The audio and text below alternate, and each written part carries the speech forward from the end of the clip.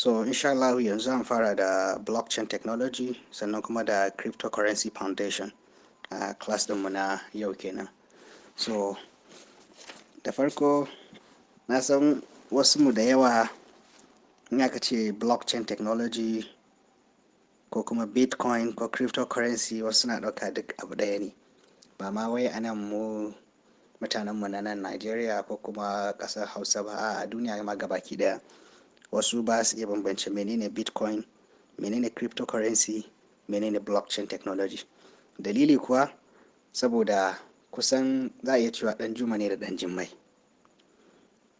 Kafin zuwan bitcoin dai ba blockchain technology kuma ba wani abu da ake kira cryptocurrency, do akwai digital currency amma ba wani abu da ake kira cryptocurrency ko kuma blockchain technology.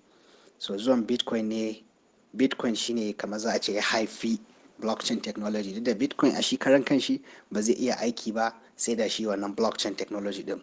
Amma a 2009 kenan ko kuma in ce a 2008 aka fara magana akan wannan shi cryptocurrency watan bitcoin. Bitcoin is the first cryptocurrency in the world. Kamar yadda na ce akwai digital currency amma ba cryptocurrency ba. Zan yi bayanin cryptocurrency nan gaba kaɗan. So akwai digital currency and there was several attempts to make digital money. But amma duka wannan attempt ɗin ba su succeeding ba sai akan bitcoin. So bitcoin was initially discussed a shekarar 2008 by someone unknown person or unknown group of person da ake kira Satoshi Nakamoto. So wasu suna cewa wannan Satoshi Nakamoto dan Japan ne ko wani makamacin haka, amma ingantaccen bayani dai ba wanda ya san waye wannan Satoshi Nakamoto ko su waye wannan Satoshi Nakamoto. Wasu masu bincike suna cewa wani ne, mutum ɗaya ne, wasu kuma suna cewa a'a they are group of person, but har zuwa yanzu ba wanda ya san waye wannan Satoshi Nakamoto da shi wanda ya kirkiro bitcoin kenan. So a 2008 ya fara magana wannan idea nashi, sai a January 2009 ya yi releasing din white paper. Kamar yawancin mu wanda suka sani suke bibiyan harkar cryptocurrency, kowane cryptocurrency yawanci suna zuwa da nasu white paper. White paper is just like a business plan, wani abu ne, tsari ne da za ka fitar da shi a bayani yadda za ka gudanar da wani abu da kake so ka kirkiro, shi ake kira white paper. So the white paper of bitcoin was released a January 2009 by Satoshi Nakamoto. So a wannan lokacin ne muka san cryptocurrency, muka san blockchain technology. So but before in yi magana akan bitcoin da cryptocurrency, shi menene ma kan shi blockchain technology da. So menene blockchain technology? So literally ko a gwari-gwari aka ce blockchain technology, block da kuma chain. In aka ce abu chain ne kaman abu ne, kamar misali muka duba sarka shi ake ce ma chain. Za mu ga 'ya'ya ne, wannan na bin bayan wannan, wannan na bin bayan wannan a zargi, kuma wanda yana da wuya ka iya fitar da ɗaya daga cikin ɗaya. So kaman is a group of blocks that are chained together.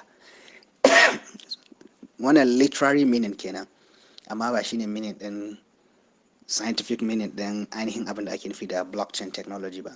So muka zo bayani kuma misali akan blockchain technology wanda shi ke farin din kusan duk wani cryptocurrency. So blockchain a gwari-gwari zan ce kawai kamar database ne. Menene database in computer science? So a computer abin da ake nufi da database kamar wani kundi ne na mai tattara bayanai da computer take ansa. Duk wani bayani da computer take ansa, misali za ka yi registration na let's say high institution, shiga high institution za ka je ka shiga internet ka zuba data ɗinka. So wannan data ɗin a ina yake zuwa ya tattaru?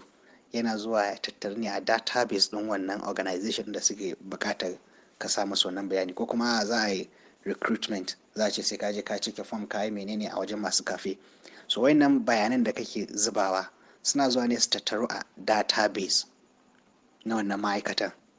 So blockchain technology shi ma database ne kamar sauran database nan, amma blockchain technology yana da bambanci ne da sauran database, wanda wa'innan bambancin shi ya powering din cryptocurrency, shi yasa cryptocurrency suka zama abin da suka zama yanzu.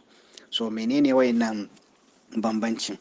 So the difference between traditional database and blockchain database is that shi traditional database is centralized, shi kuma blockchain database is decentralized, de sai centralized.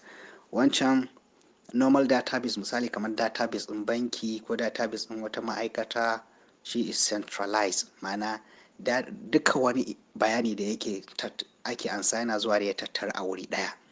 Kuma misali banki, duk wani transaction ɗin da za a yi, ka sa kuɗi ka cire, wannan ya sa kuɗi ya cire, duk wani bayani daga Kaduna ne, daga Kano ne, daga ina ne, yana zuwa wuri ɗaya ne ya tattaru, central database. Shi yasa ake samun matsala wani lokaci, hackers za su iya hacking, haka daga inda yake zai iya, in ya samu ya penetrating wannan database ɗin, zai iya yin ta'adi sosai. Misali kamar just recently wani ɗan Najeriya wanda aka kama a Dubai, Hush Puppy, yawancin mun san shi, very popular, harkar da suke yi kenan. Misali 'yan Yahoo Boys za su samu su penetrating ɗin database ɗin wata ma'aikata, sai su kwashi bayanin da suke so su kwasa. So the problem is that saboda shi wannan database ɗin is centralized a wuri ɗaya, saboda shi yasa is very easy to be hacked by bad people.